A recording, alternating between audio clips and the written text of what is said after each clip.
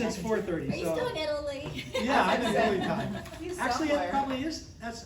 No, Italy would be. Hawaii time. It would be 2:30. They're 9 hours, right? They're 9 hours, yeah. So, no, that's right. It would be 7:30 at night. Yeah, you're right. I'm still in Italy, so what can I say?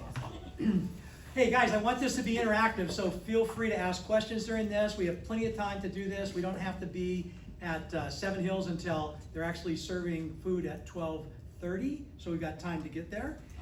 This will take about an hour, I think. So we'll have plenty of time. We'll have time to answer calls and stuff afterwards. So anyway, okay, I want to start out with a story. It was 1970. Okay, first of all, you have to notice something. What? We're all sitting with our We're all arms sitting with crossed. our Oh, you're all sitting Come on, you're doing a body language thing. You're trying to laugh. I wasn't. I didn't get the memo. Let me guess who set that Well, we're gonna do some audience stuff later, so don't Probably worry. done. So, We're all sitting here going, come on. well, maybe you're just cold. It's cold. Yeah. That's So- right. Could be. So the story starts off in late November, early December of 1970, when I was a freshman at Fullerton College, and I was in a class, a philosophy class, same class that Steve took, I believe, from Dr. Graham. He wasn't necessarily a good teacher. He was a pretty hard grader. He was tough. And philosophy wasn't really that exciting. But he was announcing a new class he was teaching in the spring semester, which we were about ready to sign up for, which was going to be body language and interpersonal relationships. Well, that was exciting to me because he said, you'll know what people are saying, and he did this great big pitch on it. Sounded really good, especially because I had just broken up a day or two before with my first girlfriend of 2 years. And I was still 6 years away from meeting the love of my life, but I was going to be BOM. Now in real estate, you know what BOM is? What is BOM in real estate? Back on the market. Back in the market. Okay. So I was back in the I've market. never had any of those, so I'm not really sure what that Well, good for you. So I was back in the market, getting the dating scene, and one of the things he said as teasers was, you'll know what people are thinking. If you're a guy, you'll know what the girls are thinking. If you're a girl, you know what the guys are thinking. And I thought, sign me up. So I took this 2-unit class, and it was a really great class. If you actually look at, we go back one, this was the book that we used. I actually went online and ordered this book. It was supposed to be here by today, but it wasn't. So I just wanted to have it again because it's been so long. This book was kind of the book for the time. It was a bestseller. It was the first body language book ever that was the bestseller. It was a very, very good book. It was the book that we used for the class. And so I went back and looked at that, and it brought memories back. You can see back then, over 3 million copies sold. That's a lot of copies. So anyway, big deal. Body language just starting to become big and things like that. I loved it. I took the class, and the class was pretty good. One of the things that we would do is we would have to bring in pictures of magazines, like Life magazines, the magazines that day. We'd have to stand up and show a picture of a group of people, and we'd have to say, what are they saying, okay? Without, obviously, any words, just from the pictures. Really good class, thought it was great. It was perfect for me. And this is what I learned. I learned when girls were interested in guys. There's 4 key signs, okay? Anyone here have any ideas what they are? Play with the hair. Play with the hair, absolutely. One of the big ones. They play with their hair. Now, does that mean every time a girl touches the hair, she's interested in the guy somewhere in the room? Yes. Not necessarily. Okay. But when you've got eye-on contact and they start doing it, especially if they do it more than once, then it is definitely a factor. Any ideas of what the others might be? Touching? Touching what? Maybe like touching your shoulder, touching Not your true. leg. Actually, Like touching? no. Actually, if they touch their neck. Their own Women neck? do this quite a bit, and the reason they do it is that's to emit their smell. Ew. That's literally to emit their smell. You don't even know that, right? It's to emit your smell. By the way, men seldom do that. Women do that. It's I've pretty never, natural. really? Well, you've been married for so long, you haven't been interested in anyone. Maybe. But you So know. if you gotta go out there and. So the next one, this one's a really good never one. heard that either. This is one that most people won't realize. If you look in between your collarbones right here, there's a little notch there, okay? That notch is actually called the supernaternal notch, okay? Supernatural. And supernaternal. And only women rub that notch. Men do not do that nonch. I have. When are we What running women Wait, have ever done you that? guys are, I can tell Maybe you, it's a subconscious. this is not me, this is facts on body language. Men do not play with that notch. Only women do. And So they it's do not it. Women do not play with it. Well, women that are interested do, and let me tell you what it means. What do you guys think it means? Any idea what it means? It means kiss me now. No. It means, here's what it means, it's in a conversation. Sexual harassment. So what it means is it means that they're willing at that point to go intimate with you in their discussion. Okay? Ah. It's not a physical sign that they're about ready to attack you. or they You're gonna want be you to- touching that all the It's that time. they're willing to go and be intimate with you. Interesting, Okay? really? Now, that's the three. There's that fourth one too. And these are the 4 common signs that all experts agree on. What do you think the fourth one is? Eye contact. No, it's kind of eye contact. It's head down, eyes up, and if you bat the eyes, that even adds to it. No, okay, you think it's funny. Who doesn't? Princess Diana did it all the time. Look up every picture of her when Oh, she's yeah, greeting she's somebody. kind. She's always down looking up and often bats her eyes. So you think that this is like, you're looking at all these are like big things. No one does this. They just kind of like do that casually. Yeah. And if you watch it, I see it when people are interested in others. I can look at a conversation. Last night, we're at dinner. What did I say when we're at dinner? We're at I love you madly. Oh, no. so we're at Callow, No, and we're there there is- early because I want to get back and watch the Dodger game. We're sitting across the bar from somebody else, and I said, what is their body You language? said, you go, what is their body language telling you? And they had both turned to face each other, even though they were sitting at the bar. They were facing each other and looking into each other. I mean, they obviously were very. Not They're married. engaged. They were locked eyes. Wow. Yeah, they were not married. Wow. So what do you say that last part? She puts her head down. Well, and yeah, looks up? treat them Yeah, it's kind of head down. You look up pictures of This is Princess Di when married she's people. greeting people and stuff like that, especially men. She does it quite often. My dad Okay. does that. So she was a Super big awkward. flirt. By the way, who else did it? Famous for her pictures. Marilyn Monroe Monroe? did it. Not Marilyn Monroe. Yeah, who Yeah, was the one? Marilyn Yeah, Monroe. Marilyn She Monroe. did it. She did that too. So, She did this. okay, if you look up their pictures, she has plenty of pictures doing that. Okay, by the way, there's also 4 body languages that shows that a guy is interested in a girl. Now, we don't have time for those, so we're going to move on. But I will bring up one later. How's that? Okay? That's not fair. We That's- want to There's only so much time. We have pizza to eat. Okay? know. So, and by the way, I often get asked, do I really read body language? Well, Angie can tell you absolutely, because I will always tell you when we were places, I read body language. We came home after every meeting that we've had, right team meeting, I come home and tell Angie, based on the body language of the group, what everybody is thinking. Now, when I'm talking, I don't pay much attention, but when other people are talking, I'm watching body language, okay? And that's gonna tell you so much.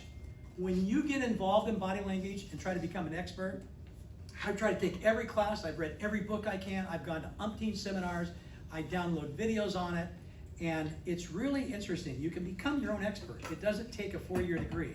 It takes some time and commitment, and then you gotta put it to practice, okay? But when you do, you'll be surprised how much you learn about people.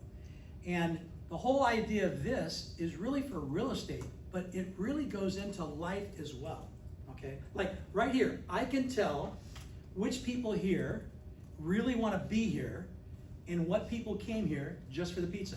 I can tell by looking at you. All right, let us know. Call us out. No, I'm not gonna out you. I'm not, no outing in the class, Can okay? you send us an email privately? You Yeah, I'll already let know you who know. you are, Lynn. You might receive it, Yeah. okay? She so- brought a second I eater did eat, with her. so that's a good Yeah. So anyway, let's kind of move on. So they say 55%, I really believe this, has been said and repeated for years and years. It was based on a large study done in the 60s. That 55% of communication is body language and 38% is tone. Okay? Only 7% the actual spoken word. 7%. Now, I know that all the time because I know that in being married to Angie. There's sometimes that when, I ask her, do you want to go to a restaurant? Like, I love In-N-Out. And I'll say, hey, you want to go to In-N-Out? And she'll go, sure. Now, her look said, no way, and her tone said, no way, but the word said, sure. So only 7% of her wanted to go to In-N-Out. Yeah, believe me, not even 7%. Got it. So, Not even but that. it's really true, and we start paying attention to that, you're gonna find out what people are really saying. So, and it's always said that a client wants to buy from somebody they like, trust, and have confidence in. And so not only do you need to read them, you need to make sure that when they read you, and there's certain things, we pick up on body language naturally. In other words, we'll have a certain feeling around somebody, it might be based upon their body language that they gave off. And we're all better at it than what we think, although we all probably lack a little bit of being great at it, but there's built-in things that we have. And I'm sure everybody here at one time or another has said, I just didn't get a good feel. Their body language wasn't good, or just the way they just seemed to feel. They didn't really say anything, it's just the feeling I got, right? Well, that's your being perceptive of body language. So it is a big deal, and I think when you know it, you have an advantage over other agents that don't, and you actually have an advantage with your clients and for your clients in a way. So the next thing I want to talk about is examples. I've created 2 examples that are not really real, and one that's actually real, of how body language can work in real estate for you, okay? So 3 examples. First one, the wife leans in, touches the kitchen counters as we're looking at the property, smiles while looking around. The husband keeps the arms crossed, avoid eye contact, and stands by the front door after a quick look. Now you know, what do you know? You know she likes it and he doesn't. So now you know what you have to deal with, okay? Now you can go a little bit further, extrapolate a little bit further, and find out, first of all, who's the decision maker.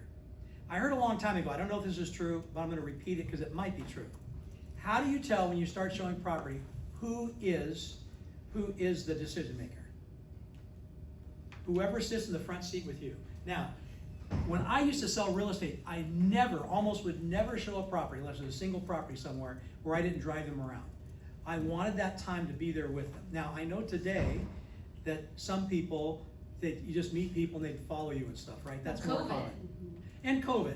And I know that there was a gal, Melody, remember? She sold a Nail-A-Gill, sold a ton of real estate, had a lot of money, and she bought a smart car so that nobody could ever ride with her. Because she did never want to be in the car with a client. For me, that's a time of opportunity. It depends on how you look at it. How funny. She bought that car forever, yeah. So she also had a really nice Mercedes that she drove except at real estate. So that was one way, but just looking at that, now that's an extreme, kind of circumstance that I just gave you.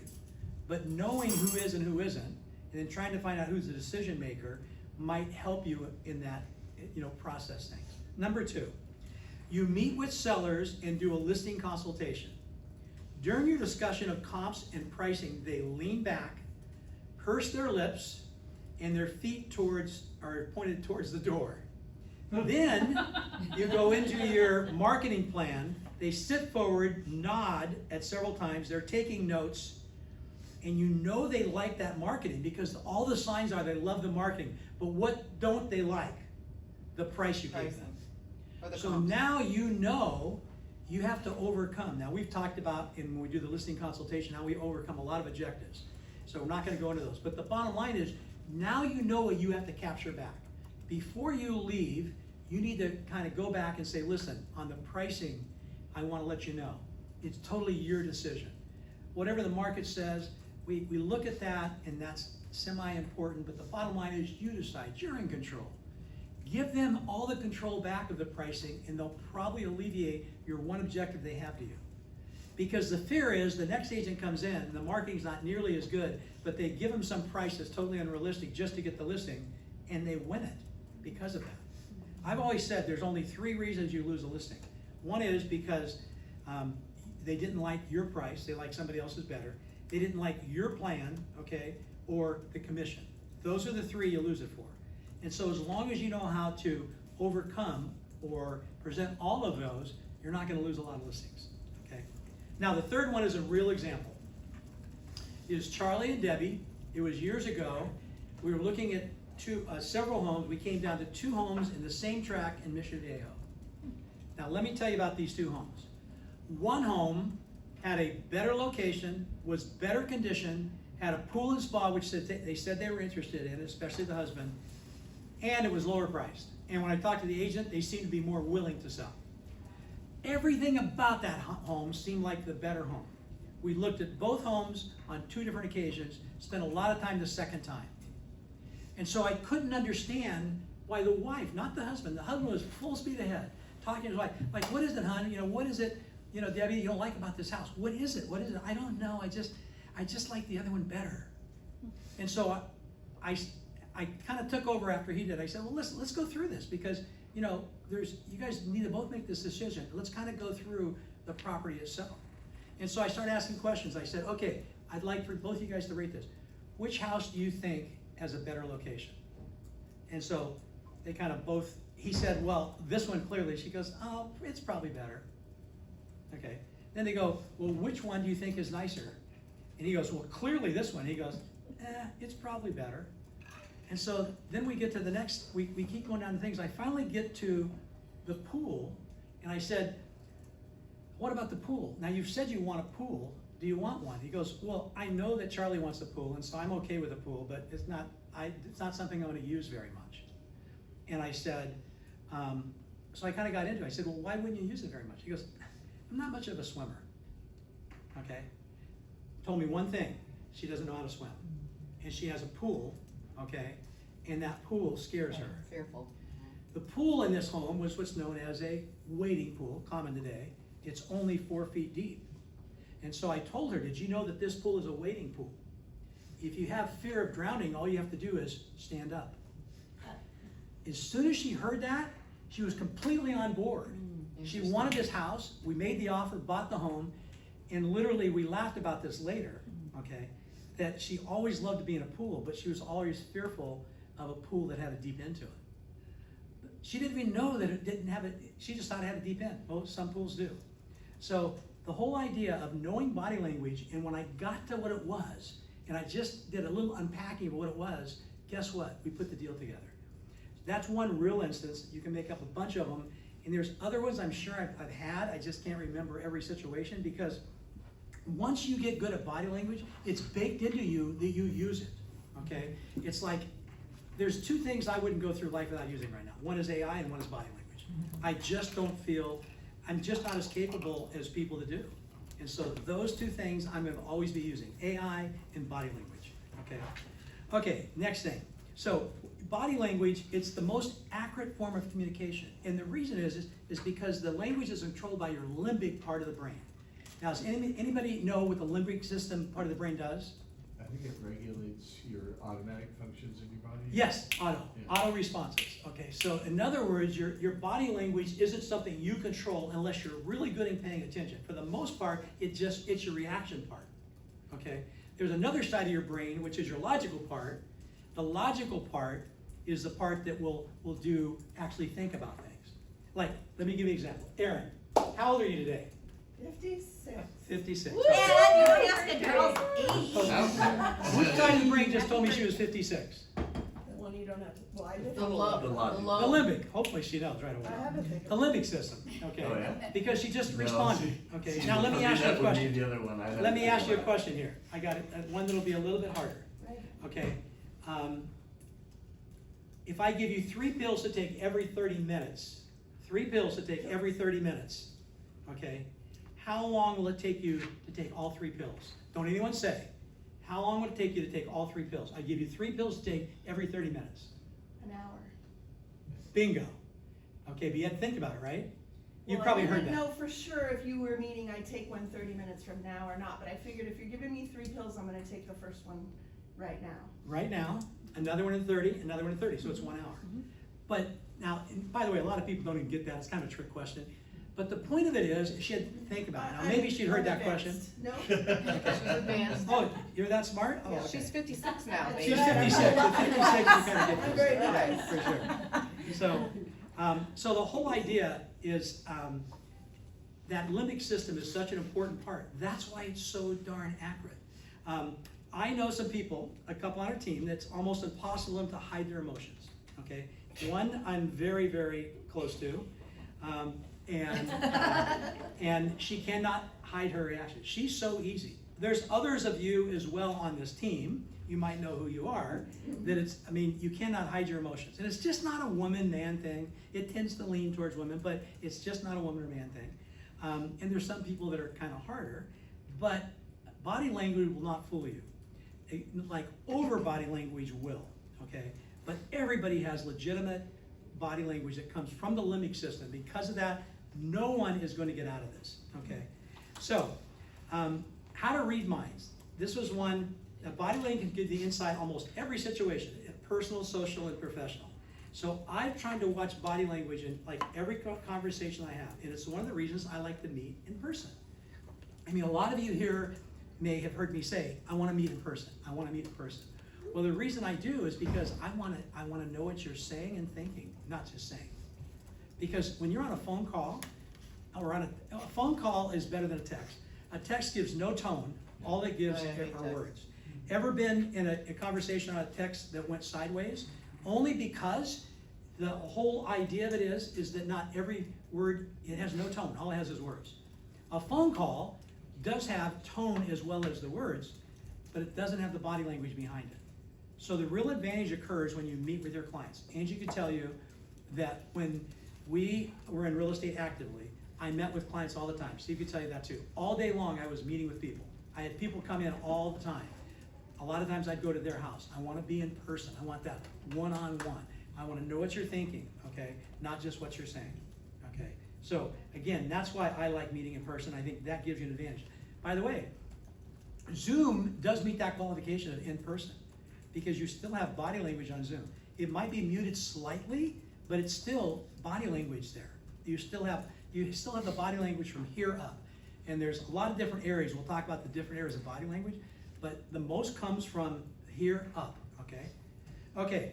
Can I ask you a question real quick? Yeah. Do you have any opinions on meeting someone at their house versus at the office? Yeah, I like meeting at their house for listings, okay? Because you need to see the house. Yeah. But other than that, there's so many advantages here as far as, especially with buyers, presentation and stuff like that. They can be even on large screens and things like that. And by the way, when they see your office environment, you have an advantage over your competitor in most cases. That most competitors are not gonna have an office like this. They're not gonna show one like this. And when you walk them through and they can see what's taking place, it's impressive. So, but I like it. I like it here. And a lot of times, one thing I do, which I think is really interesting, I mean, some people don't, is when I meet with people in my office, if it's just one person, I always have them sit in the chair, which would be the big chair. I sit in the client chair. Now, if I'm meeting with more than one person, a lot of times then I do it the other way. But you guys will note that when I meet with you, a lot of times I put you in that chair, right? Because what I want to do is I want to create an equal thing.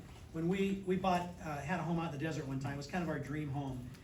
But, and one of the things I liked about this is that it had a table, a round table, that would seat 10 people. And the reason it's so great about that is because everyone has complete equality at a round table. Where at long tables, they don't. In fact, Angie will tell you that I have the rule of 6 for inviting people over our house. I like to invite 2 other couples. That's my most preferred thing, or 1 couple. Because if you get 6, we all talk together. As soon as you get 8, there's 2 groups of 4. And it's like, when we go to pizza today, guess what's gonna happen? We're gonna have probably big long tables, and guess who you're gonna talk to? 4 people you're close to, okay? Unless you get up and walk around and stuff. So again, that's what happens. That's why I like, I like the idea of taking the client chair as the other chair. It's the reason I like round tables. It's the reason why I like groups of 6, okay? Now let's go back to history. There's 2 illustrations in history. One's gonna lose almost everybody here except for Steve and I, okay? But you just have to trust us on this one, okay? One goes all the way back to 1960, the presidential election, okay? Nixon and Kennedy, very tight elections. Most of the time, it seemed like Nixon had a little bit of a lead, okay?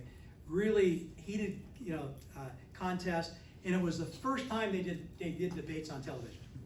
Maybe the first time they did debates. Was it the first time they even did debates? First time on television. On television, okay. So that debate was on television. And Steve can verify everything I'm telling you.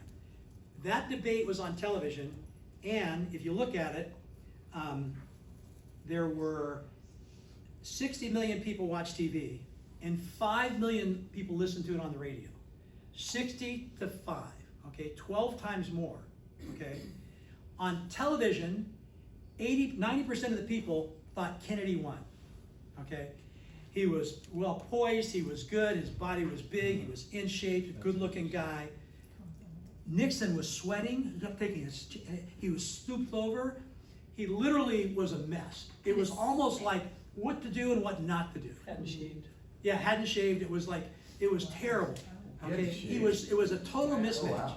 However, He And grew 90 hair fast, so he hadn't shaved twice that day. He had shaved in the morning. God. yeah. Yeah. So Wow. 90% of the people on television thought that Kennedy won the debate. How do you 90%? No one agrees on 90% wins any debate. 90%. Guess what? On radio, how many people thought Nixon won? Yeah. 90%. 80%.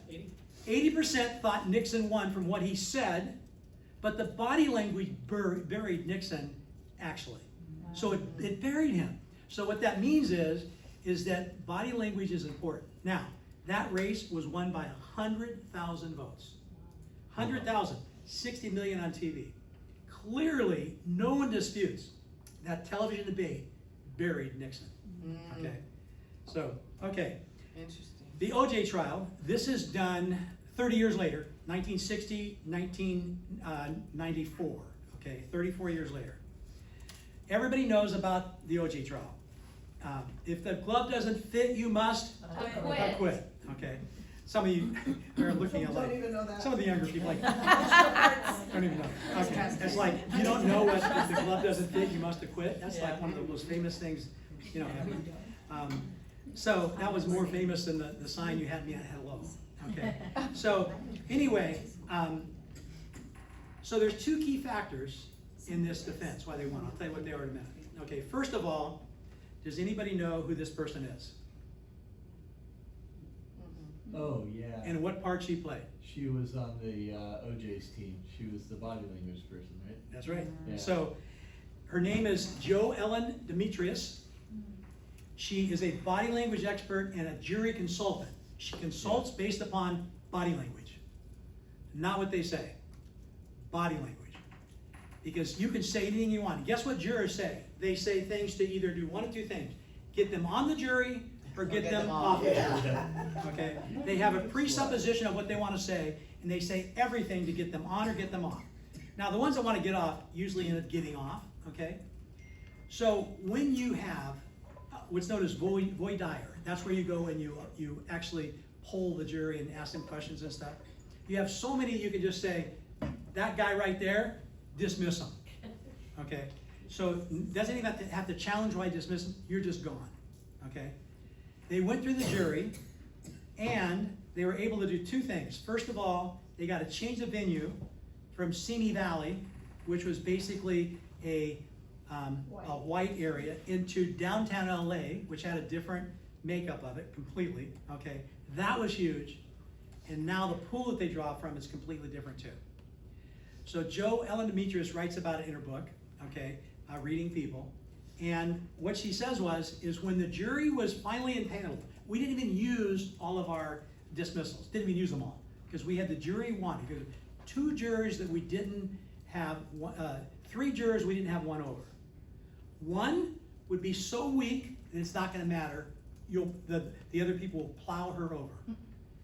2 others who they weren't sure about, okay, but thought that they could lean towards the prosecution. As the jury goes on, remember the trial goes on 9 months long, right? The 2 that were the ones they had pegged, okay, the ones that they had pegged that could be problematic, and all they were looking for was really because if they had a trial that was a hung jury and they could hang half the people, there's no way they're gonna have to retry this. It took 9 months, it took forever. All they have to get is a fairly good hung jury. If they had a 9-person hung jury, it won't be retried. That's like innocence, okay, or not guilty. So they went through the trial. During the trial, 4 months in, one of the jurors said, I cannot take it anymore. My back is so bad, I'm so crippled. And they released that jury and replaced that juror with a alternate that was also OJ leaning. Another time, and then the one that went off was not. no, it was not. The other one did not as well. And they also knew that during this long trial, the people, you're not supposed to talk about the trial and stuff like that, but there would be things that will alienate the other people that aren't thinking alike. Then there was another guy dismissed later, and he said he could no longer take it, it went too long, blah, blah. They let him go. The 2 that they knew they didn't have, or thought they didn't have, was now gone. Replaced with 2 they did have, and there's only 1 person who was weak who remained. They were loving what they had, okay? Now, The two people that were dismissed went on programs afterwards and talked about, during the trial, and talked about, where do you think they're at? Well, guilty as can be. Guilty as can be. So when this trial came down, they announced it. It was a Tuesday morning. And they announced it, it was September, I believe. We all got together, it was like our first year of Regency, we all got together with TVs on it and watched it. And we were 100% sure that he was going to be convicted, okay? However, okay, the jury only deliberated less than an hour. Now, for 9 months of testimony, they deliberated, they took 2 votes. They had 9 innocent, 9 not guilty, 1 guilty. They went back in, and those 11 people looked at that weak person and said, what the heck are you thinking? And within seconds, she changed her mind, it was done. The verdict was not guilty. Body language and change of venue was 100% responsible for that. So then later, they did another trial, okay, and the trial was now a civil trial, and he was lambasted in the civil trial. They had 100%. The jury took just as little time, and they gave him like $100 million settlement. Okay, so completely different. Most people don't know about that one because it was not nearly as exciting. Okay, so there you go. Reading People was the book that she wrote, and Joe Ellen Demetrius is her name. Okay, so that's the story. Okay, who uses body language? Okay, police departments use them, FBI, CIA, political campaigns, HR departments, and you know who is the best body language person I know? Not because she's ever said it, but because you know this person that's a TV, you don't know her personally. Who do you think it is? You'll never guess. She's a judge. Judge Judy. Judge Judy. You Watch see? Judge Judy. 56 years, I told that you girl I'm right. knows. Wow. Yeah, 56 years, a lot of Judge Judy. I've watched Judge Judy. I used to like Walker because she was literally, body language, she was good. The person would say one thing and she'd say, how come you're having a problem with this? And go, what? I didn't say that. No, she is an absolute expert. I've never heard her say that. I guarantee you she's an absolute expert. She's also a very smart lady and a very rich lady, but she's an expert. So Judge Judy was really, really good. So lie detectors are estimated to be 90% accurate. Body language, 95% accurate. Okay, 95% accurate.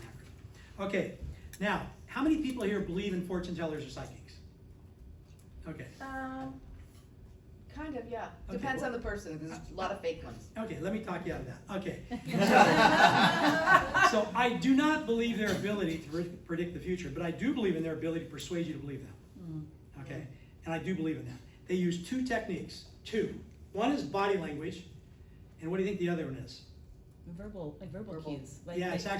It's called predictive probability. Okay, predictive probability. When I say something, it's most likely predictable based upon the probability of it. If I say, is there anyone in your life here that you know is a friend of yours? I just wanted to see if you're thinking about this, and the name starts with M. Her first name starts with M. Well, that's a common initial, right? So, again, let me ask you these questions. I'm going to be a psychic for all you guys right now. Okay. I got 3 questions for you. Is there somebody from your past in your life that you still think about? Is there somebody from your life in your past that you still think about? Now, to a person that bought into psychic who believes they're going to tell them the truth, that's not a silly question. But to us, it's almost kind of silly, right? Second question. You've recently been stressed out about money, and this could be you or somebody else close to you. Is that something in your life? Either you or somebody close to you stressed out about money? Is that everyone in the world? Okay. That's funny. Okay. You recently have a decision that's weighing on you. Tell me more about this. So, now, who doesn't have decisions that's weighing on them? Especially if I give you a minute to think about it. Especially if you're going to that person. Yeah, you're going to the person in the first place. So can you see how somebody who's vulnerable will fall for this? Ed, you just found another career. I did. I'm going to be good at it. So how come a psychic, has never won the lottery? Why? Because they can't tell the future. Okay. How come they charge by the hour and not by the accuracy of their predictions? Okay. Well, because their predictions aren't going to be very good. And how come a psychic is going to ask you an initial of a person? Why don't they just tell you the name? Yeah. Just the initial comes, but not the name? Come on. So I hope I've talked you out of psychics really having a real ability. Now, we can have a psychic My discussion psychic later. told me I'd have 2 weddings. I've had 2 weddings. Okay. Well, Little things. Then I'm gonna tell you something else. Based on 2 weddings, I'm guessing you had 2 husbands, right?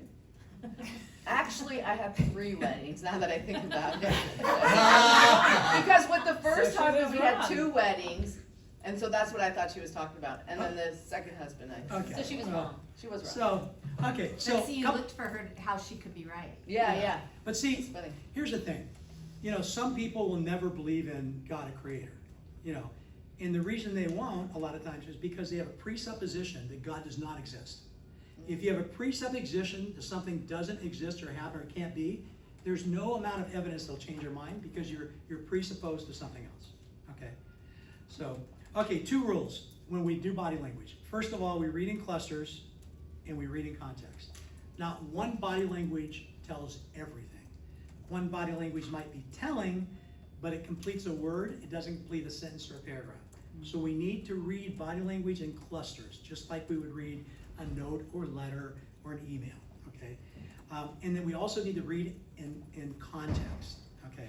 For instance, if you saw a person sitting on a bench on a cold day with their arms folded and their legs crossed, okay, would mean something completely different than it might be if you were presenting an offer to a seller, okay? It might be completely different in a warm setting. So you need to look at it in context, and you need to look at it in clusters, or put more than one body language together. There are so many telling ways, and guess what happens? The body works together. When you take a step, your arms do one thing, your legs do one thing. When you have body language, your feet does one thing, your hands do one thing, your face do one thing. All work together as kind of like a symphony to give you the same body language, okay? So there are 5 areas of the body that people look at for body language. The feet and legs, the torso, the arms, hand and fingers, and face. Now, what you get today is really interesting, is most body language experts will have a good knowledge in all of these areas, but a lot of them specialize in one specific area. Literally one, and they become the ultimate expert. There's a show on, I watch it on YouTube video, so I'm not sure, you know, when the show is, but they'll take somebody who does an interview with 60 Minutes, like they did, Prince Andrew was one, they've done some others too. And these 3 body language experts, have you guys seen that? Anyone seen them?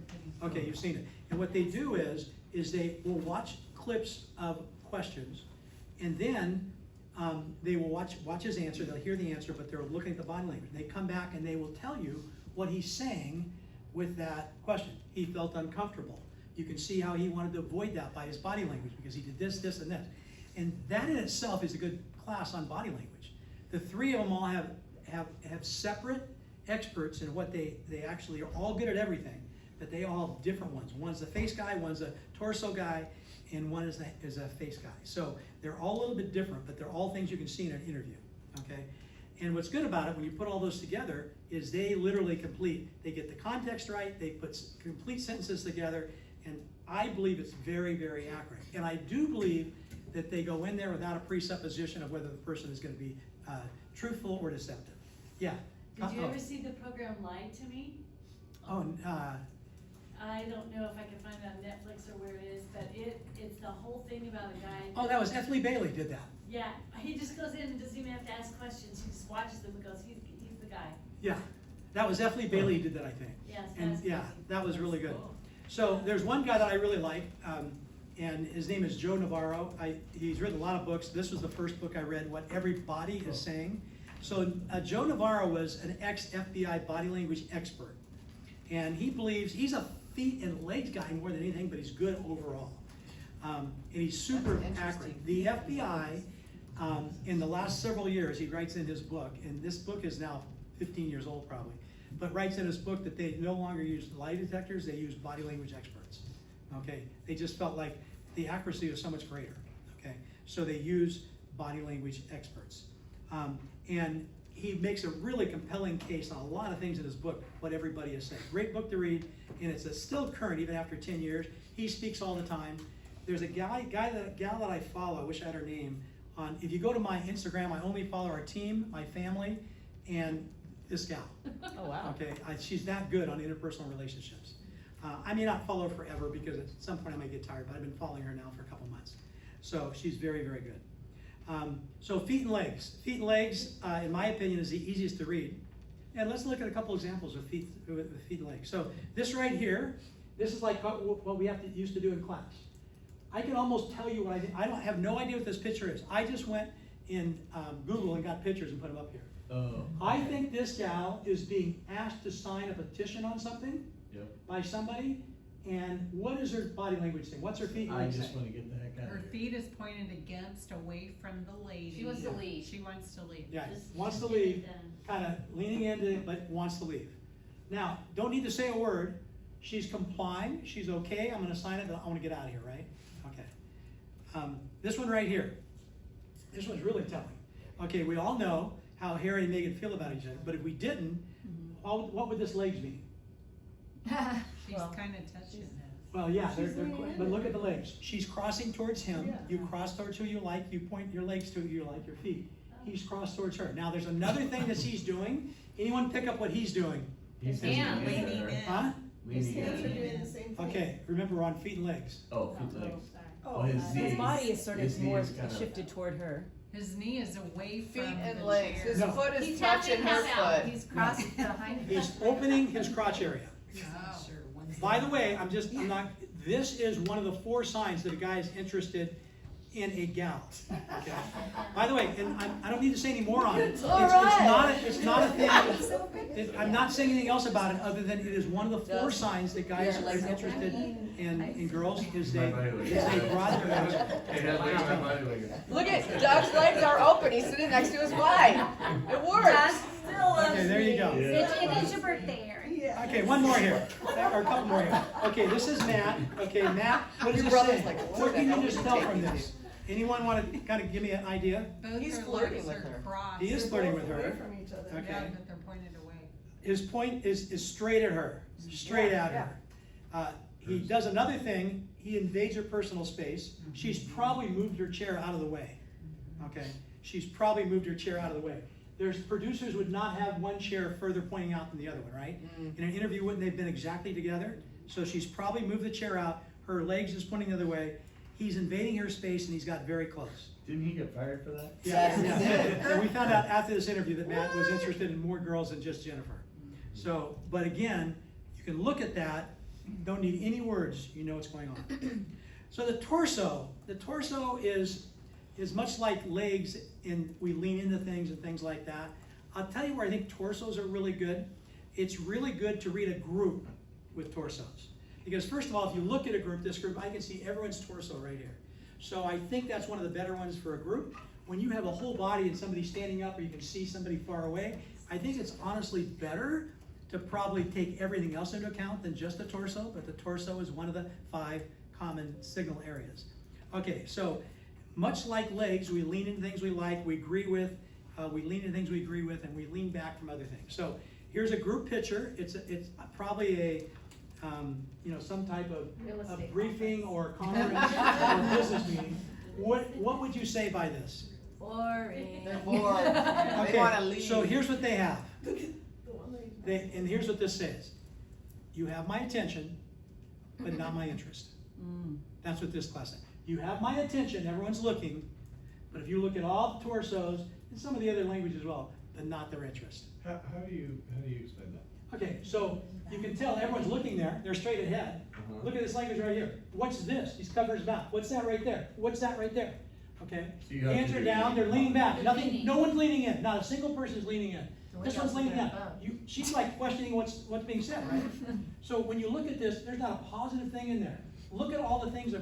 How many times, there's not one person in here that has their hands in their face here right now. There's 6 people here that have their hands in their face probably. Guys, arms are crossed. Arms are crossed. I mean, so I can tell you, I feel 100% confident they got the attention, but not his interest. Okay, now let's look at another picture. These are kids in India. Now, in India, it's unlike America, where going and being educated is like the greatest thing ever, okay, because that's a really big deal when you get educated in India. Now, Especially they have a women. lot of education, but again, it's a big deal when you have a classroom. So, what do you think they're saying? They're very interested. They're interested, and what else? Yeah, they got their attention. Torsos are not against the back of They're the excited chair. to learn. Look at everyone leaning in. I mean, to the person, can you find anyone there that has negative body language? I can't find a single person. I mean, I don't know what she's saying, but she is revered and they're happy to be there. You can tell. It's also Okay. a cultural. So just think, huh? I say it's also a cultural thing. Just being Asian, like I know, we are. They call you out for bad posture in classrooms. They're very well poised and disciplined for that reason. True. too. And you also appreciate education, right? Yes. So, yeah. I think they have to pay for education, right? Oh, do they? I don't At think least women in readily Vietnam. get it, depending on who the regime is at the current time. I Yeah. don't think in India they actually get education all the time Okay, another one. for girls. Is this group interested? Yep. Yes. Okay, tell me why, do you think they're interested? Smiles, Yep, leaning forward. Yep. Leaning forward. They're all leaning forward. And Every shaking single the person's leaning president's forward. hand, wouldn't you be And there's smiles excited? on every I don't single care who the person. president was. Looking I at mean- his eyes or his face. And so, you're an FBI agent, okay, and you're looking at this group, who there would be a potential threat? Bald guy, it's always the The bald tall- guy. The guy with the glasses? Nobody, looking at the ground. nobody's a threat, because look at them. So when you're looking, you're not looking at a guy that has a gun, you're looking at a guy that looks like they're distressed, or they're about ready to do something, they're nervous, they're looking around, and they're either in fight, fright, or freeze. That's what they look for, okay? That's how they're trained. Okay, here. This is, what is this called when she does this? Protection. It's called blocking. Okay, blocking can be done in a lot of ways. It can be done like this, it can be done with books. You know, this is something that girls block more than guys, but because they can be, I think, it's just the way the sexes are set up a little bit. It's a little bit, you know, submissive. I mean, he is not doing well here. When I was single, I saw this a lot. So wait, Yeah. are you gonna get to the hands in the pocket and hold Yeah. the The books are heavy, yeah. Like, But he's her- casual. if you She's look at her smiling. face, But the books are Okay, heavy. well, we're gonna talk about smiles in a minute, What else is and she when we gonna come back to do? smiles in a minute, you're gonna find out why she's not smiling. Okay, here we go. Next one now, arms. Okay, in body language, arms usually the most underappreciated. That's disturbing. Okay, this was just a fun one to use, to do arms, It's like but a thigh. a few things with arms. Okay, first rule of arms, active arm movements generally reflects positive feelings, okay? Especially when they defy gravity, he's jumping up. Anytime they're jumping up and they're using arms motion, I mean, when people just won a championship or something like that, we all know what that is. We don't need to learn this. That's such an obvious one. But it is part of body language. It's back to 101, even though we probably know it. The second rule is slow, wide movements show confidence, okay? And then quick, short motions and things like that shows fear or lack of confidence, okay? Main things to know about that. Okay, this one. In the book, what everybody is saying, Joe Navarro tells the story of how he trains detectives in the stores to look for shoplifters. What do you think they look for? When somebody's walking through a store, what are they looking for? Lack of eye contact. Now, the obvious thing might be where they're looking around at Yeah. other people and stuff like that, but what are the most subtle, the best shoplifters, what do they still seem to do? Lack of eye contact. big bad? Okay, what they do is, he believes they are trying, well, basically they have very little arm movement, almost no arm movement. Walking through, doing things, they have almost no arm movement.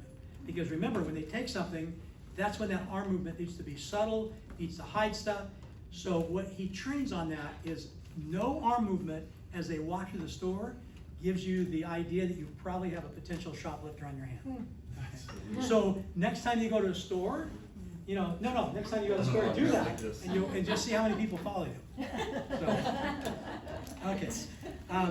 Would that be the same as, like a potential pickpocket, do you think? Yeah, I mean, pickpockets are different because they work in teams. A pickpocket, somebody picks, they hand off the other, and the person that pickpocket, they go, "You did something." They go, "No, I didn't. Look, search me." Well, the guy that pickpocketed is already gone.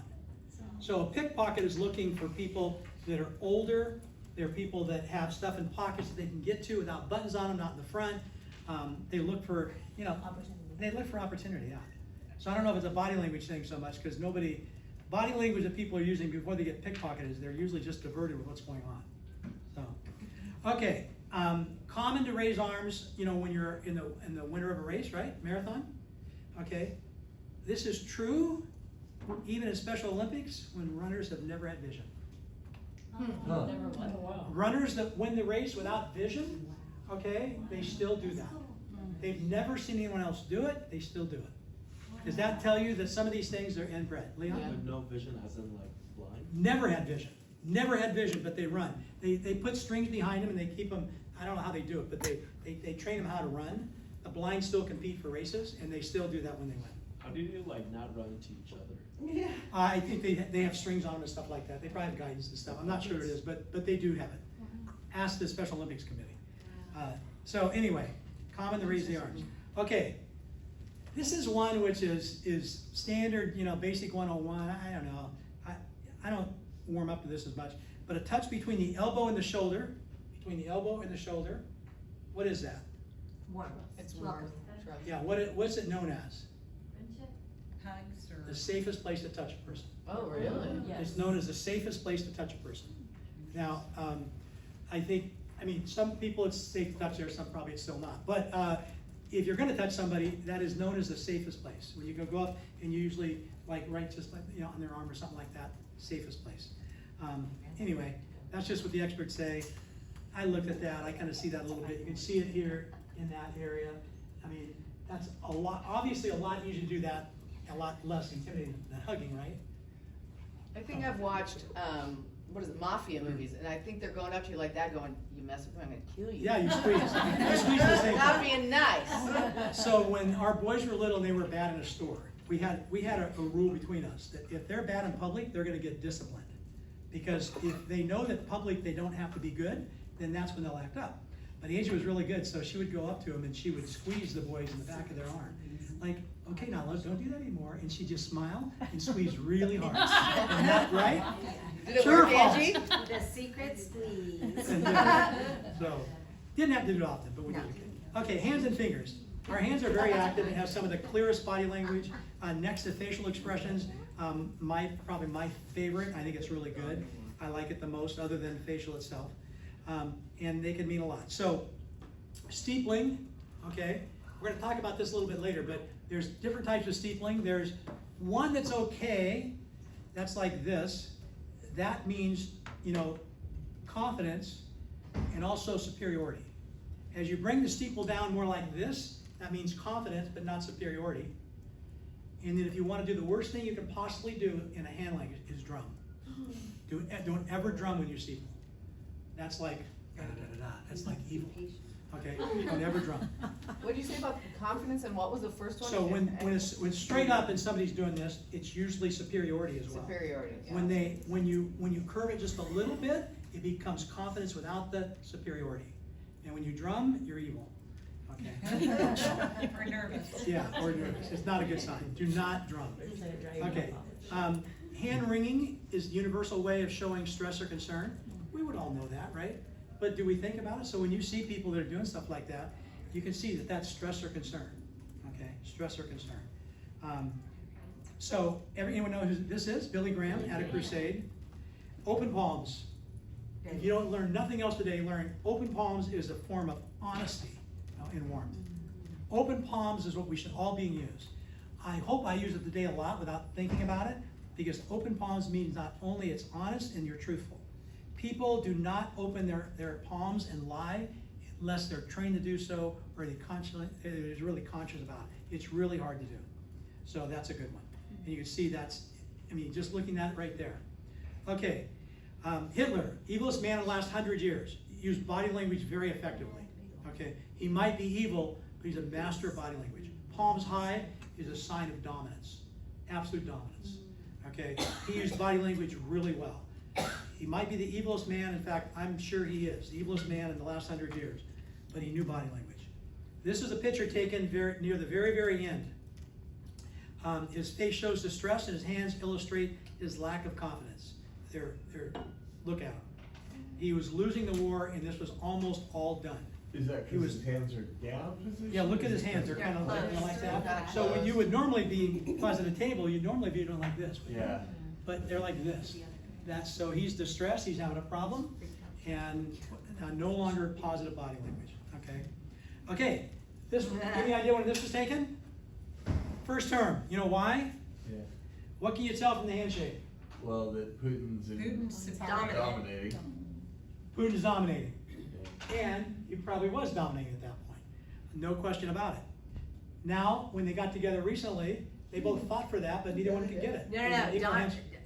Putin won again, but then, it was so funny, Trump would not let go. Like Putin was ready to let go, and he's like, It it's wasn't- the funniest thing. He didn't win like this, because I watched the whole thing. He didn't win like that. But the whole point of it is that, you know, when you roll somebody over, it's like a dog rolls over. If a dog rolls over, what is he telling other dogs? He's submissive. He's submissive. The same thing when you roll your hand over. He was submissive. He doesn't do it anymore. You know why? I think his handlers got a hold of him and said, don't you ever do that again. Okay? I could have told him that. Okay, face. I love the face.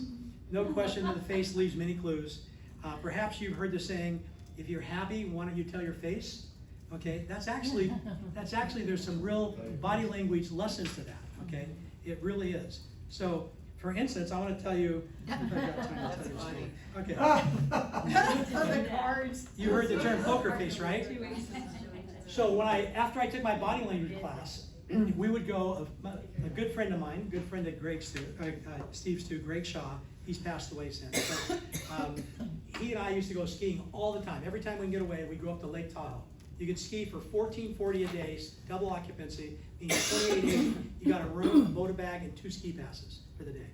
So we used to go up there all the time, but we were broke college kids. We worked at the Y and had jobs and stuff, but we didn't have a ton of money.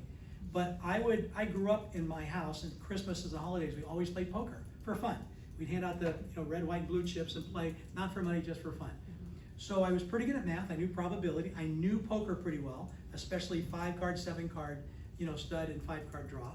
And so I was pretty good at poker. I was pretty good at math. And now I just taken a body language class, right? So now I'm gonna get good at body language. So we would go up in Lake Tahoe, South Shore, where they had gambling. I would sit there at the poker tables, and I'd watch for about 15 or 20 minutes, watch the table. I played at the minimum table. Okay, the minimum table is a quarter 50-cent dollar bets. $2 your last bet. I would go there with $20, which was a lot of money as the day's work back then, because the minimum wage was $1.65. Okay, so basically I would sit there and watch people and watch their body language. Then I sat down. I had a few things on my advantages. First of all, I was there to win, not to play. I needed money for the trip, and we might have a steak dinner or something like that. So I was there to win and not to play, which means that when you ante a quarter, okay, if I didn't have a pretty good hand, I'm not gonna play for fun. I'm here to win, okay? I knew math, I knew poker, and I knew body language. And I watched the body language for several minutes before I sat down to the table. I had everybody figured out who would bluff, who would not, what it meant, who had hands, who didn't. Now back then, before the body language days, I could read the table as if they were talking to me. I knew what everyone, when they had it, when they didn't have it. When somebody has a hand, they put their card underneath the stack, they get big, okay, and they got the hand. They got it. And when they don't, they're low, they keep looking at it to see if it's gonna hit, they keep looking at it, they're nervous, they're twitching. There's things like that. I could tell you when people had hands in it. Remember, this is not professional poker play. The lowest level, it's Sahara Tahoe in the early 70s. Nobody there, most of them didn't know cards, most of them didn't, no one knew body language, and they weren't mathematical to know when you should hit and not hit. Okay, so I had huge advantages and always won, always won. Now, because I wasn't a big bettor, as at the lowest table, a big night for me might be $100. $50 was almost guaranteed. Any night, go up there, sit, and every night, and within 2 hours, I could win $50. And the reason is body language. Now, I've got a friend, Ron Schreiber, his son Matt is a professional poker player. He's won 3 bracelets in Vegas. And where he makes his real money is that he actually has a lot of professional athletes, ones that you would know if I shared their names with you. Big time athletes, current athletes and past retired athletes that want to play poker. They want a professional guy at their table, so he plays. It's his only job he has. He's very wealthy. Okay, you know Matt, right? A little bit. You ever met Matt? I don't know if I've met Matt. Okay. He was at the game with us, or? No, that was no. That's a different guy. No, that was actually his grandson. Oh, okay. Yeah. So anyway, Matt, my kids grew up with him. He's like a nephew to me, but the guy is great at poker. So I asked Matt a while back. I said, so how much does body language play in the poker? He goes, not very much. And the reason is because we all know it, so nobody gives the signs. Yeah. No one plays professional poker. He goes, at the lower tables when I play, or with some professional athletes that are just there to throw a lot of money away, then it still works a little bit. But guess what poker players do now? They wear sunglasses so you can't see where the eyes are looking. They get very big in their body all the time. And if they're gonna give you body language, they're so good, they might give you the wrong body language for what they're doing. He said, before he gets to the final table, sometimes body language is a factor, but once you get to the final table with all the pros, the guys that are really good who had to get there, he goes, they all know it. I know it too. We know what to do, okay? But the body language doesn't really play that much into it because we all don't give off body language. It's part of our shtick, okay? So anyway, a little story about body language in poker. Okay, this is called eye blocking, okay? Eye blocking. I don't know what President Obama just told President Biden, but what do you know? They're embarrassed. They don't like it. oh my First of all, goodness. is what Biden told him. It's not good news. Yeah. Biden just told him that he was perfectly. That's what I thought too. That's Okay. exactly. No, I'm not gonna be good. Okay. Yeah. So anyway, but again, it's eye blocking. Okay, it's eye blocking. Okay. So next one. When you greet somebody, if their eyebrows raised, they're happy to see you. If they squint, the opposite applies, unless they're laughing so hard they happen to squint. But in most cases, if they see you and they smile and their eyebrows don't raise, they're not happy to see you. I want to show you this one. This one right here, she's tilting her head, okay, and she's leaning into him. That's a picture of obviously a couple in love. Is there anything about their body language that thinks they're not into the other person? She's Absolutely. not rubbing her throat. No. She's past that point. No, so the point of this is absolutely not. You look at that picture, you just know by the body language, we would all know that they're locked in, they're doing great. Okay, let's take another one. So I want to talk to you about blinking. The average person blinks 25 blinks per minute, okay? If you start timing yourself, you will blink less, so don't do it. Look at somebody else and watch how often they blink, and the average is 25. What does excessive blinking mean? What's it signify? Deception. Yeah, you can Okay, use however, that. you have to take a base rate. So I, have to look at Donna, and I have to know what her base rate is to judge her. Because if her base rate is only 15, and now she's doing 20, that might be deceptive. Conversely, if her base rate is 30 and she's only doing 30, she's not being deceptive. So you take it off of most people around 25, a base rate to what somebody has, and when somebody like an FBI is looking at an interview for hours, they will be able to get a blink rate, and from that blink rate, that's another factor they have in deception. Okay? So 25 blinks Per minute is typical. is Yeah, is typical. By the way, if you ever want to go against somebody and you don't blink, don't ever go against my granddaughter Charlotte. She can go forever without blinking. You will not win. You've learned by experience. Yeah. So, okay. What if they have an eye condition? So we've all heard the saying. Oh, go ahead, Leo. What does it mean if someone doesn't like blink very much? Dry It doesn't mean anything. Yeah, it just means that if they don't blink very much, that's their base rate is lower. That's all that would mean. Now, I don't think there's any sign for normally blinking. Let's say they normally blink 25 and now they only blink 15. I don't know what that would mean. I don't think it'd have any real meaning to it. It's probably just the person that doesn't blink very much. And it's probably in their base rate, not in less blinking. It could be there are certain conditions that will cause more blinking than others. Okay, we've all heard the saying about keep your chin up.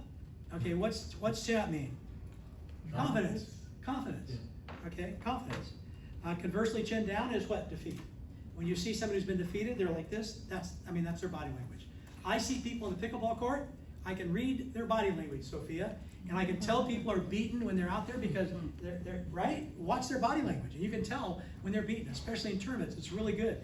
When you've got somebody down, you'll see they're beaten, and they're easier to beat people that are already beaten than people that have good body language. Pros are good about not going too far in the deep edge. They have areas, they have things they do called resets. Okay, what is a reset in pickleball? 0-0. No, a reset is something they do to gather the mind to get off the last point and move forward. I have a reset. My reset is I tap my head with my paddle twice. I don't know if you've ever seen that before. Now I know. Now you know. My reset is I just made a bad shot, and I'm gonna reset. I'm gonna start moving back into positive. I made a bad shot. Okay, all over. Move on. Leave it behind. Okay, leave it behind. Okay, but that's why most professional athletes have resets. There's one gal. What's her name? Where she goes this and before every. Leah Jensen. Leah Jensen before every shot. Or they tap the back. Yeah, they Somebody tap the has- back. yeah. Anna Bright touches the scoreboard. That's her reset. You can pick up what some of them are by just watching them. Okay, so chin up. This clip was really more than just a chin up. It was a way of getting my granddaughter in here. That's Charlotte. That was Charlotte? Oh my gosh. That was Charlotte. And that picture is so good that she bought that for me, actually, her parents probably, for a Christmas. We have that on the mug. Okay. So funny. So in a real smile, we smile with our mouth, and what else smiles? Eyes. Eyes smile. Is Clooney happy? Yes. Yep, he's happy. He's happy. How about this gal? Probably a professional model. No. Got the No. smile, look at the eyes. Yeah. No smile in the eyes. That's a model. When you look at models, they're not happy to be, they're just there. If you look at celebrities that take pictures with non-celebrities, somebody comes and have your picture, they'll smile, but usually they're not really smiling. So I just want to be good. I'll take a picture, but they're not really smiling. Okay. There is one difference of that, and that was Sophia sent me a picture of my pickleball player, my favorite pickleball player one time, who is Jade. John? Jade, yeah. Jackie. Jade, did you see her eyes? They were pretty good, right? I thought she was really happy to take that Yeah. picture. She should be, even though she doesn't know me.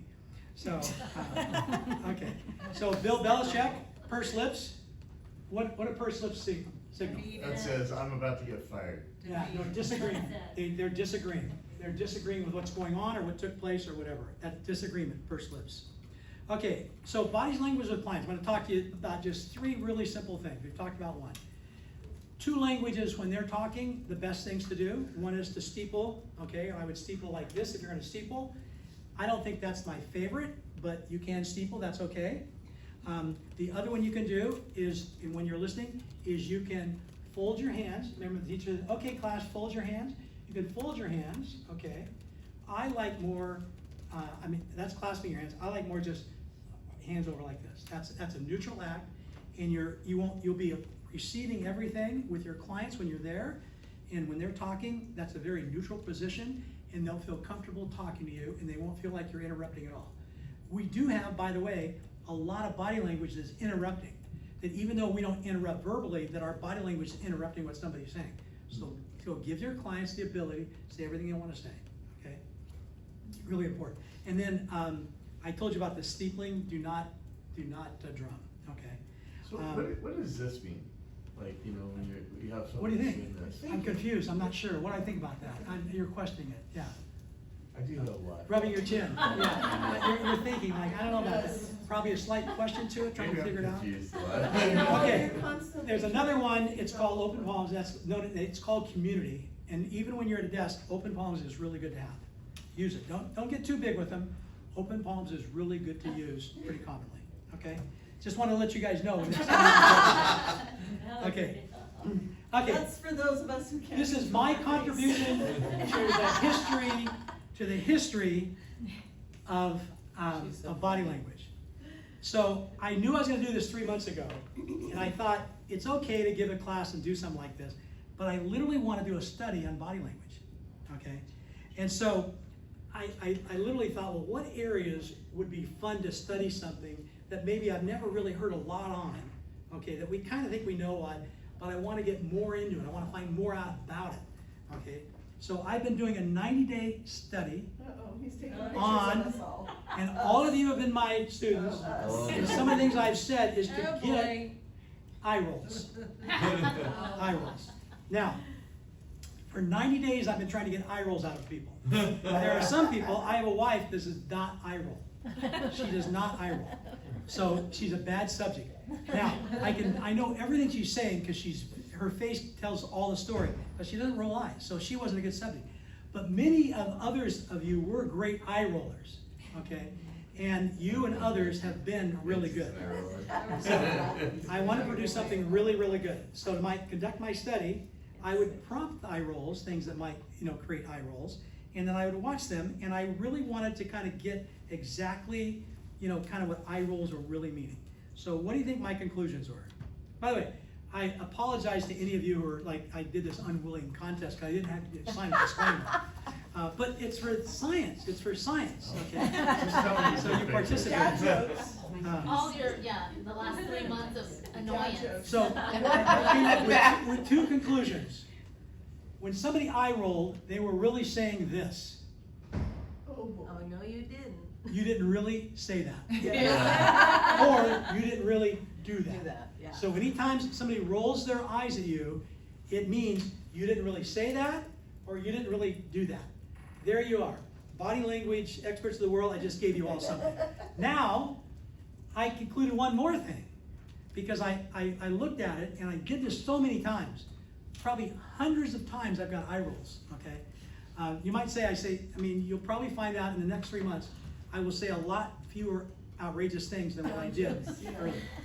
Okay, the other thing was that if at the end of the eye roll they smiled, even though they still were saying, you didn't just say that, They were entertained. they were entertained and they approved it. Okay, they approved it. Because sometimes I didn't get smiles at the very end. Whoa! And when I did, I could just tell, you didn't really say that. Okay. So there you go. You learned something today that nobody else has ever been, I don't think anyone's ever written or done. You need to hear 'em.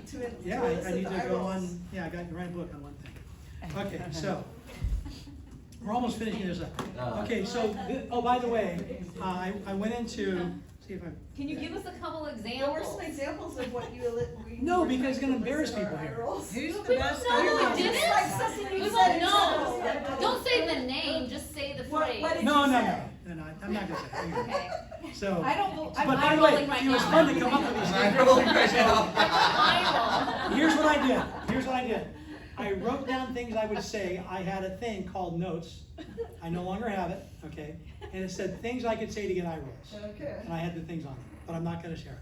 Okay, because you're gonna look back. I remember when you said that. I'm eye rolling right Now now. remember, it had to be in person, because, or at least Zoom meetings. I only had one Zoom meeting that I think I used it on.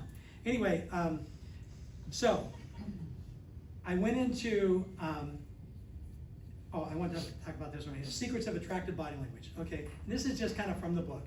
Be expressive, but don't overdo it. Eye contact. Isn't that important, eye contact? Give nods of approval when people are talking. Lean forward, and subtly mirror your client's body language. Subtly, okay? So the next one, Oh, wait, go this is back. what I Can want you to talk to you go about. back? Can you go back? God. Yeah. Oh, take a picture of it. Baby and. Thank you. We're almost done here. 10 minutes. I won't. Okay, so this one right here was on our first anniversary, and it was Angie.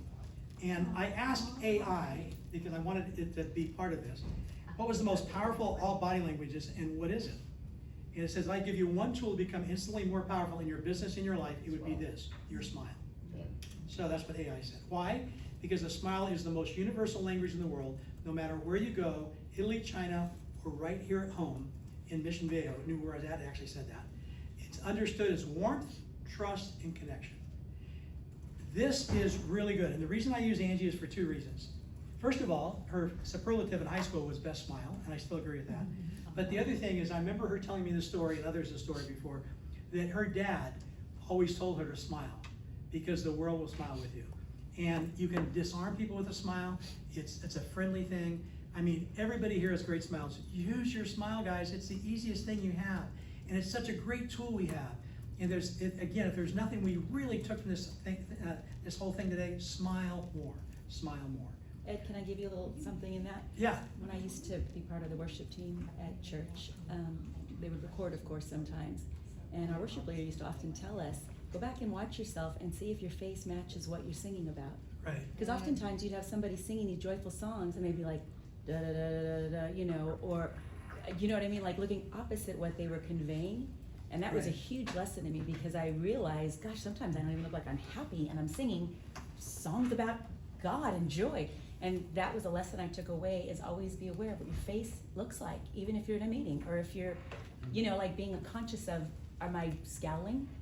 You know, so anyway, So another thing I watching heard, yourself on video is a biggie, let we me did tell you. premarital counseling Yes. for the person that was in charge of putting the choir together way back when. And one of the things I thought was really cool is when they bring the whole choir up there, they were told that after they sing the song, they're just waiting there for the next song, they were supposed to pick out somebody in the audience to pray for them.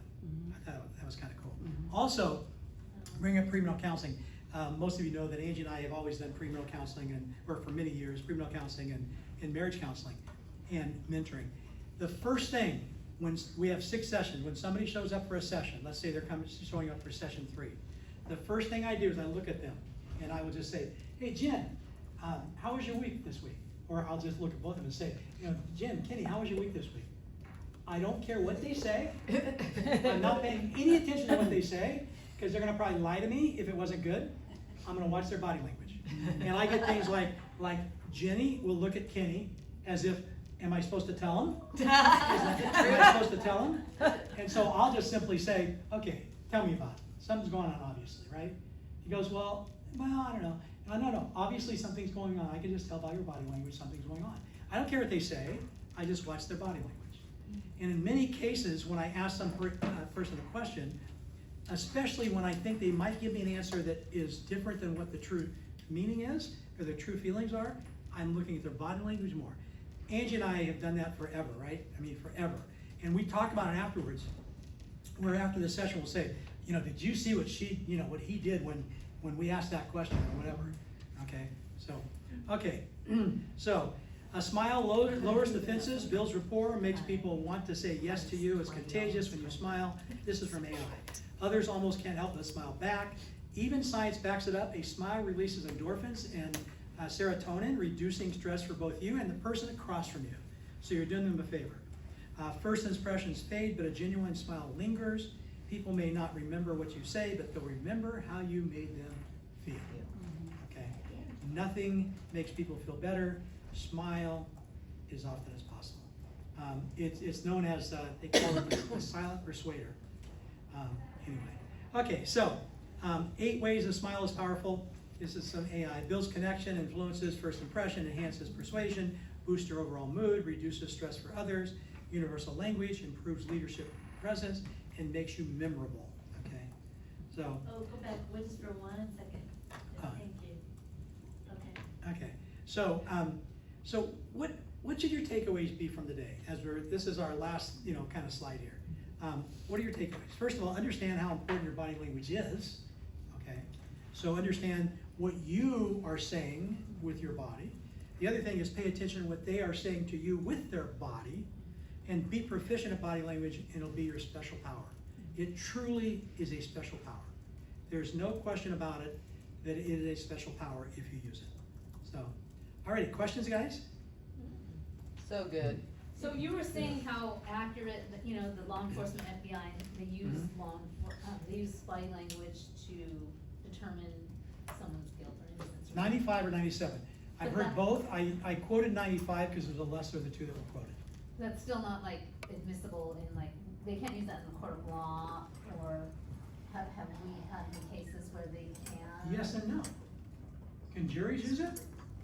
I mean, if jury they're saying something, but the body language is saying something different, remember, a jury is to determine guilt or innocence. It's your vote, so it's still being used, but now can you use it to say, when I asked that question, he pursed his lips and therefore he didn't like my question.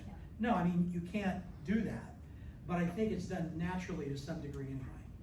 So you can turn it off right now, but yeah.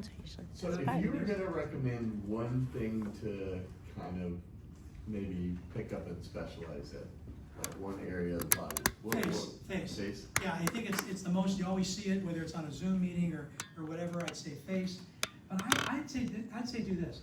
Watch clips on it. Okay, I'll tell you what. I'm going to get this gal's name. Actually, you don't need to go in and look at the people on my Instagram. I'll try to send the name out. Yeah, send the name out. I'll send the name out. And she has really good stuff. She's really good. Hers is bigger than just that body language, but a lot of what she does is body language, and hers is also how to present, what to say, things like that. One of the things that, like even when you present and stuff, the best thing to do when you present is start off with something. You want to say, oh, I'm a little nervous here. The best thing to do is there's a lot of things you start off with a joke, but I always like to start off with a story usually, because the story is something, your joke may not go over, but the story usually does. Okay, so I'll usually tell a story to start things with, and that's a good start. She has all kinds of things that are good for beyond body language, but like presentation, things like that. It's really good. She's a good person to have. Yeah. It seems to Vanessa me, Van Edwards? Yes. How'd you know? I looked it up on your account. She did the book. Oh, I just looked up who wasn't on our team. That's her. There you go. Best-selling author, Captain. Vanessa Van Edwards. How did you find that? I was looking at it. I looked at Ed's, who he's following. Are you Ed Wright 7? Yeah. And then Yes. I just scrolled through. I wrote mutual, that's why. Vanessa Van Gotcha. Edwards. Vanessa She's Van really good. Edwards. I think you'll like it. And when I watch people, every once in a while, I'll download somebody that's not on our team or family, and then I'll watch them for a little time, and then I don't watch them after a while. But this is one I'll probably keep on. I've had it for a while. I'll keep it on for a while. Yeah. It seems to me there's a prerequisite to all of this, and that is your heart. I think when you smile for reals, it comes from a happy heart. And if you're going to serve someone, to serve them from a clean place where you really enjoy serving them and you're excited to meet them and it comes across in your face. And I'm doing that hand thing I didn't even know. Analyzing it. When I've had a few times to where we've had people that, we had a case when I was doing training a few years ago. Somebody came into our office that was about ready to go physical. And there's no guys here, just the front receptionist. She came back, actually it was her and Pam came back and said, Ed, please help me here. So I went after this guy, he was absolutely livid. And so, he wasn't represented by somebody on our team, but somebody else who's not even here anymore. But he was livid because what had happened is he went through a divorce, and when he actually, escrow sends a 1099, and so he was charged capital gains when he should have had a write-off. He says, my wife got a write-off, I didn't. So what happened is he was livid. He came in and he was like, I'm gonna kill somebody, you're gonna pay my tax bill. And the first thing I did when I sat down is I gave him a smile. I said, hey, how can I help? Now, this guy was so livid, that didn't take him from DEFCON 5 to, oh, I'm your buddy. It took him from DEFCON 5 to, okay, we can talk, but you need to listen to me. Okay, that's half of what he was. He was about ready to throw a punch. At least I got him that way. Most people that come in a little angry, if you sit there and look at them, he goes, Donna comes like, okay, Donna, hey, how can I help? And you give them a smile, wherever they're at, they're gonna go 3 levels lower. Okay, that's the main thing. Yeah. And so, anyway, the whole story of this, to finish the story was, what had happened was, he was given a 1099 for the money that was made through the escrow. All escrows have to do that. They must file by law, which they did. But his accountant did not file their capital gains exclusion, therefore he got billed on it, okay? However, I asked him who his accountant was, and he said, me and him. I said, well, that's the problem. All you need to do is to file that. He goes, well, what do I do now? And I said, well, first of all, understand that, it was your mistake, okay? And the other thing is, and it's also reversible. You can amend your returns because it's only been, you can amend returns for 2 years. So you need to amend your returns and you'll get a refund, okay? But I suggest you see an accountant do that. And he left, and when he said, he goes, well, thank you. I mean, I'm still not happy, but at least I have some kind of answer here. What? How about like bowing down to me? Are you kidding? But right, wow, what a relief, again, thank you. Sometimes you can't take somebody from, from the ceiling to the basement in one time, so, anyway. Yeah. I was gonna say, I think the great thing is when we go into an appointment with clients, it's how we carry ourselves too. Right. And I think if that's anything for a takeaway is walk with confidence, good posture, sit with good posture, when you're in a meeting with them. Because I read people too, and if they're kind of slouched and or whatever, I don't think they're confident. I was at a meeting this past weekend, and the speaker, I was able to see her feet. You know how like when you stand, you have your feet flat? She had one foot so I could tell she was kind of nervous and not confident. She had her feet tilted that way, and I mean, I'm reading that kind of stuff. Yeah. If they lock ankle below, that's another thing. They're not trusting you, or they're also very anxious about things when they lock their ankles. But yeah, and then like if somebody sits in a chair and they're sitting back like this and they're leaning back, that shows confidence, superiority. I mean, there's a lot of things we could have covered 10 times more than what we did today. So many of what's out there is just so obvious that you can look at them and just say, well, I know what that is. I'm not even an expert. Just because we know, right? So, but also become an expert at it and then use it. Go out there and start using it. I use it wherever I'm at. I love to people watch. I love to go out and watch people and I can tell you what they're saying pretty much. And so can you if you work on it. I remember one of the very first top agent panels I ever went to, Dodie Donahue was on it. And she was like #1 in the C21 system way back then. And she said the #1 thing she would recommend to new agents is take a body language class, learn body language. That she felt that was like her secret weapon. So, and some of it is intuitive, but there's so much more to learn. Like you've hit the tip of the iceberg. Okay, good. Hey, listen, so we have, let's see, 5 or 6